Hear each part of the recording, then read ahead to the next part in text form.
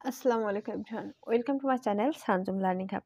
আজকে তোমাদের মধ্যে সামাজিক পরিসংখ্যানের একটা অধ্যায় নিয়ে আলোচনা করতে এসেছি। এটা কোনো অঙ্ক না, তবে পরীক্ষায় কিন্তু চলে আসে সম্ভাবনার পরে ১৭ দাগের যে অঙ্কটা আমাদের আসে সেই অধ্যায়টা নিয়েই আজকে তোমাদের সাথে আলোচনা করছি। এটা হচ্ছে নমুনায়ন ও নমুনায়ন বিন্যাসটা আজকে মূলত আলোচনা করব। এরপরে কিন্তু ধারাবাহিকভাবে বিশেষ করে বোর্ডে অর্থাৎ জাতীয় বিশ্ববিদ্যালয় বোর্ড প্রশ্নে যে কটা প্রশ্ন আসছে আমি তোমাদের কয়েকটা প্রশ্নের অ্যান্সারও দিয়ে দিব। তাহলে তোমরা যারা গাইড নাওনি কিংবা যাদের কাছে কোনো সাজেশন নাই, তো তারা কিন্তু প্রশ্নগুলো সহজে পেয়ে যাবে। বইয়ের ভিতরেও কিন্তু অনেকগুলো অ্যান্সার নাই। তবে থাকলেও আমি এটা তোমাদের সহজভাবে দেখানোর চেষ্টা করব। তো ভিডিওগুলো পেতে হলে অবশ্যই চ্যানেলটা সাবস্ক্রাইব করে রেখো। আর যদি ভিডিও ভালো লেগে থাকে ভিডিওটিতে কিন্তু লাইক দিতে ভুলবে না। সাথে, সাথে আমাদের ফেসবুক পেজ থেকে দেখে থাকলে ফেসবুক পেজটাও লাইক দিয়ে রাখবে। এখন বলি নমুনায়ন ও নমুনায়ন বিন্যাসটা কি? মূলত এই অধ্যায়টা রয়েছে নমুনায়ন ও নমুনায়ন বিন্যাসের উপর ভিত্তি করে। সামাজিক সমস্যা গবেষণার ক্ষেত্রে গোটা তথ্য বিশ্ব বা সমগ্রক নিয়ে অধ্যয়ন করা বেশ কঠিন, কেননা এতে সময় বেশি লাগে, অর্থ বেশি লাগে, শ্রমও বেশি লাগে। সেক্ষেত্রে এখন বর্তমান সময়ে কি করে, সামাজিক গবেষণার ক্ষেত্রে স্বল্প সময় এবং স্বল্প খরচে অধিক তথ্য সংগ্রহের জন্য যে পদ্ধতিটা ব্যবহার করে, সেজন্য মোট তথ্য অর্থাৎ মোট তথ্য সংগ্রহের থেকে তার ভিতর থেকে কিছুটা উপাদান অধ্যয়ন না করে বরং সমগ্রক থেকে কিছুটা যাচাই বাছাই করা অংশ অধ্যয়ন করে, যা গোটা সমগ্রক সম্পর্কে সিদ্ধান্ত উপনীত হওয়া যায়। যেমন কিছু গবেষণা করার জন্য টোটাল জিনিসটাই কিন্তু আলোচনা না করে সেখান থেকে কিছুটা উপাত্ত নমুনা হিসেবে নিয়ে সেটার উপরে ব্যাখ্যা বিশ্লেষণ করে যে সিদ্ধান্ত উপনীত হয় সেটাকেই কিন্তু বলে নমুনা। এটা মূলত কি জিনিস, যে পদ্ধতিতে গবেষকগণ বিস্তৃত সমগ্রক থেকে গবেষণার জন্য কতিপয় প্রতিনিধিত্বশীল উপাদান নির্বাচন করেন তাকেই বলে নমুনায়ন। তো নমুনায়ন পদ্ধতির মূল কথা হচ্ছে বাছাইকৃত প্রতিনিধিত্বশীল, মানে অনেকগুলো তথ্য উপাত্ত যখন এক জায়গায় থাকবে একই বৈশিষ্ট্য সম্পন্ন, সেখান থেকে কিছুটা পরিমাণ উপাত্ত বা তথ্য কালেক্ট করে সেটার উপরে যে গবেষণা পরিচালনা করে যে ফলাফলটা বের হয় সেটার উপরে নির্ভর করে কিন্তু সমগ্রটা নিয়ে আলোচনা করা হয়। এজন্য বলছে নমুনায়ন পদ্ধতির মূল কথা হলো বাছাইকৃত প্রতিনিধিত্বশীল। নমুনায়নকে ভালোভাবে বুঝতে হলে আমাদের নমুনায়নের বেশ কিছুটা কতিপয় মৌলিক প্রত্যয় রয়েছে, সেগুলো সম্পর্কে জানতে হবে। তো নমুনায়ন সম্পর্কে আলোচনা করতে গেলে সর্বপ্রথমেই আসে সমগ্রক বা তথ্য বিশ্ব, অর্থাৎ সমস্ত জিনিসটা। এখন সমগ্রক বা তথ্য বিশ্বটা কি জিনিস? তথ্য বিশ্ব কিছু প্রতিনিধিত্বশীল উপাদান দান করে গোটা তথ্য বিশ্ব সম্পর্কে ধারণা পাওয়া যায়। অর্থাৎ পরিসংখ্যান শাস্ত্রে সমগ্রক বা তথ্য বিশ্ব একটি বিশেষ অর্থে ব্যবহৃত হয়।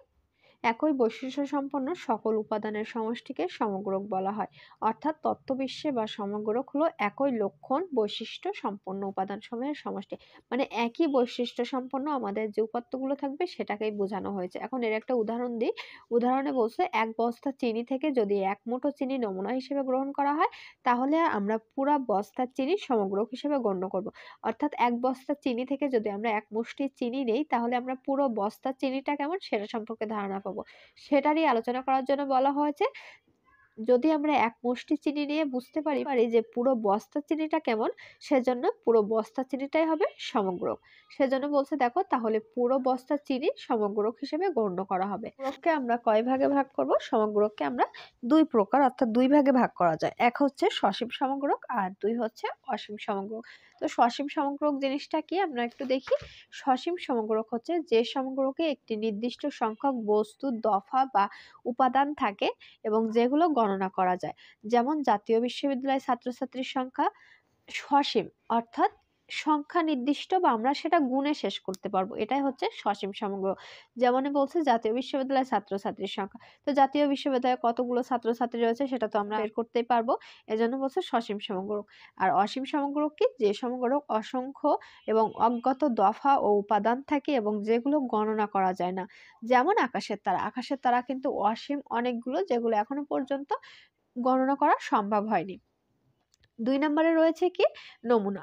গবেষণা তথ্য সংগ্রহের উদ্দেশ্যে সমগ্রক থেকে যে প্রতিনিধিত্বশীল ক্ষুদ্র অংশ নির্বাচন করা হয় তাকেই বলে নমুনা।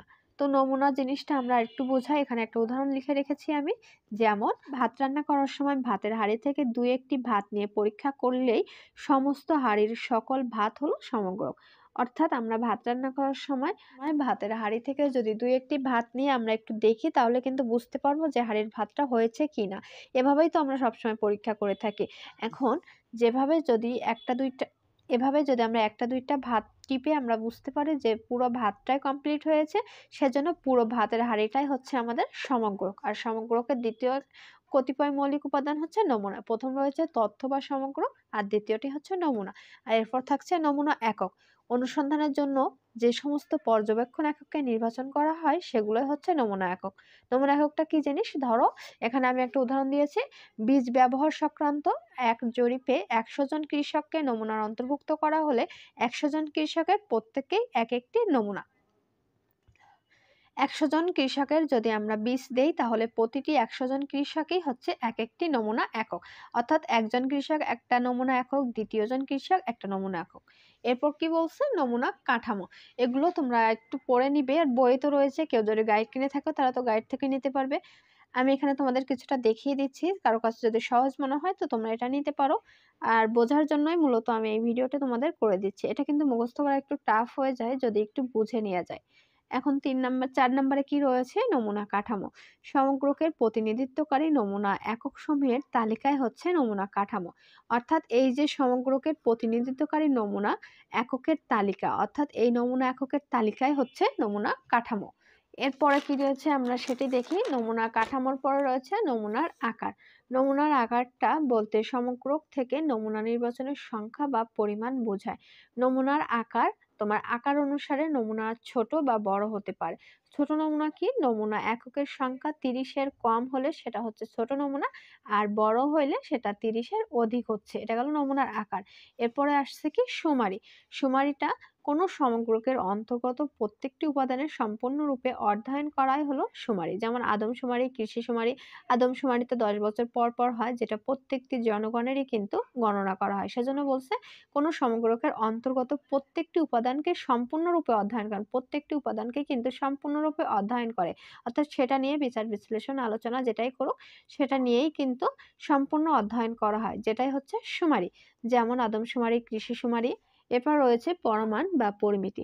সমগ্রকের বৈশিষ্ট্যসূচক মানকেই কিন্তু পরমাণ বলে। নির্দিষ্ট একটি চলক সম্পর্কে সংশ্লিষ্ট একক সমষ্টির বৈশিষ্ট্য পরিমাপকে পরমাণ বলে। জাতীয় যেমন বলি, জাতীয় বিশ্ববিদ্যালয়ের সকল ছাত্রছাত্রীর বাৎসরিক গড় ব্যয়, আবার কোনো তথ্য বিশ্বের গাণিতিক রূপে প্রকাশ করে যে সংখ্যাসূচক ধ্রুবকগুলোকে আলোচনা করা হয় তাদেরকেও কিন্তু পরমাণ বলা হয়। পরমাণ শুধুমাত্র শুমারি জরিপের মাধ্যমে পাওয়া যায়। এরপর লাস্ট কোনটা রয়েছে? লাস্ট রয়েছে নমুনাজ মান। নমুনাজ মানটা কি জিনিস? কোনো নমুনার বৈশিষ্ট্য নিরূপক সংখ্যাসূচক মানকে নমুনাজ মান বলে।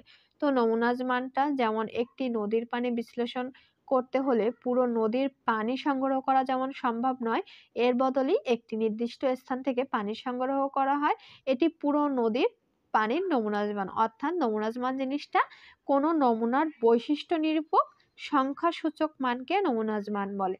যেমন এখানে যেটা বলছে, একটি নদীর পানি বিশ্লেষণ করতে গেলে আমরা পুরো নদীর পানিটাই বিশ্লেষণ করতে পারবো না, সেজন্য নদীর একটা জায়গা থেকে নির্দিষ্ট স্থান থেকে পানি নিয়ে সেটাকে বিশ্লেষণ করা হয়। তো সেটাই হচ্ছে পানির নমুনাজ মান। এরপরে কি রয়েছে? সম্ভাবনা। সম্ভাবনা তত্ত্বের উপর ভিত্তিতে নমুনায়ন পদ্ধতিকে দুটি ভাগে ভাগ করা যায়।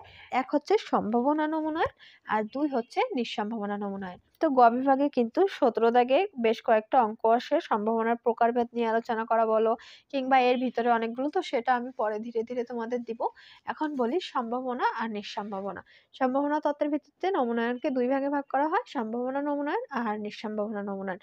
সম্ভাবনা নমুনায়নটা হচ্ছে যে নমুনায়ন পদ্ধতিতে সমগ্রকের অন্তর্গত প্রতিটি এককের নমুনায়ন অন্তর্ভুক্ত হওয়ার সমান সুযোগ ও সম্ভাবনা থাকে তাকে বলা হয় সম্ভাবনা নমুনায়ন। সম্ভাবনা নমুনায়নকে ৫ ভাগে ভাগ করা হয়। এক হচ্ছে সরল দৈবচরিত নমুনায়ন, নিয়মতান্ত্রিক নমুনায়ন, স্তরিত নমুনায়ন, গুচ্ছ নমুনায়ন, আর শেষটা রয়েছে বহুপর্যায় নমুনায়ন। আর ২ নম্বরে বলছে যে নমুনায়ন পদ্ধতিতে সমগ্রকের অন্তর্গত প্রতিটি এককের অন্তর্গত হওয়ার সম্ভাবনা সমান থাকে না তাকে বলে নিঃসম্ভাবনা নমুনায়ন। তো নিঃসম্ভাবনা নমুনায়নের ৪ ভাগে ভাগ করা হয়েছে এটাকে।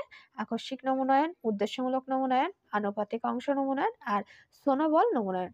এটা হচ্ছে আমাদের নিঃসম্ভাবনা নমুনায়নের প্রকারভেদ। এখন আমরা দেখব লাস্ট কি রয়েছে। নমুনায়নটা বুঝেছি, এরপর নমুনায়নের বিন্যাস। নমুনায়নের বিন্যাসটা কি জিনিস? কোনো তথ্যবিশ্ব থেকে নেওয়া নমুনার নমুনায়নের সম্ভাবনা বিন্যাসকে নমুনায়ন বিন্যাস বলে। নমুনায়ন বিন্যাস হলো নমুনার সংগ্রহের পদ্ধতির জন্য নির্ধারিত কাঠামো। এটি গবেষণার উদ্দেশ্য এবং জনসংখ্যার বৈশিষ্ট্যের উপর নির্ভর করে। নমুনায়ন বিন্যাস কিন্তু বিভিন্ন ধরনের হতে পারে। একটা হচ্ছে গড়ের নমুনায়ন বিন্যাস, ২ নাম্বার হচ্ছে অনুপাতের নমুনায়ন বিন্যাস, আর ৩ নাম্বার হচ্ছে অন্তর এবং সমষ্টির নমুনায়ন বিন্যাস। এটা কিন্তু মূলত আমরা আলোচনা করেছি নমুনায়ন আর নমুনায়ন বিন্যাসটা কি জিনিস। এরপরে বিভাগের জন্য যে প্রশ্নগুলো এসেছে সেটা কিন্তু এর ভিতরেই রয়েছে। তো সেটা ধারাবাহিকভাবে আমি বিস্তারিত তোমাদের আলোচনা করে দেখিয়ে দিব। আজকের ভিডিওতে কিন্তু আমি এতটুকুই আলোচনা করেছি। তো বলে রাখি, এটা তোমাদের যদি সুবিধার মনে হয় তো তোমরা এটা এখান থেকে স্ক্রিনশট নিলে অথবা খাতায় লিখে নিতে পারো। তো এটাই হচ্ছে মূলত নমুনায়ন আর নমুনায়নের বিন্যাস এটা কি জিনিস। মূল তত্ত্বের উপরে কিন্তু আমি আলোচনাটা করেছি। এখন ভিডিওটি ভালো লাগলে অবশ্যই চ্যানেলটা সাবস্ক্রাইব করতে ভুলবে না। পরবর্তীতে কিন্তু আরো এরকম বিভিন্ন অঙ্কের সমাধান দেওয়া হবে। আর যারা অনার্স সেকেন্ড ইয়ারে অঙ্ক নিয়ে বেশ টেনশনে আছো, অর্থাৎ সামাজিক পরিসংখ্যান বইয়ের, তারা চাইলে আমার চ্যানেলে কিন্তু অনেকগুলো ভিডিও রয়েছে, সেগুলো দেখে নিতে পারো। ধারাবাহিকভাবে দেওয়া রয়েছে, এমনকি প্লে লিস্ট করেও দেওয়া রয়েছে। তো ফেসবুক থেকে দেখে থাকলে ফেসবুক পেজটা ফলো দিতে ভুলবে না। আর যদি কোনো প্রশ্ন থাকে তো এই ভিডিওর কমেন্ট সেকশন অথবা আমাদের ফেসবুক গ্রুপ রয়েছে চ্যানেলের নামে, চাইলে তোমরা সেখানে জয়েন থেকে প্রশ্নগুলো জানাতে পারো। তো আজকের মতো এই পর্যন্তই। আল্লাহ হাফেজ।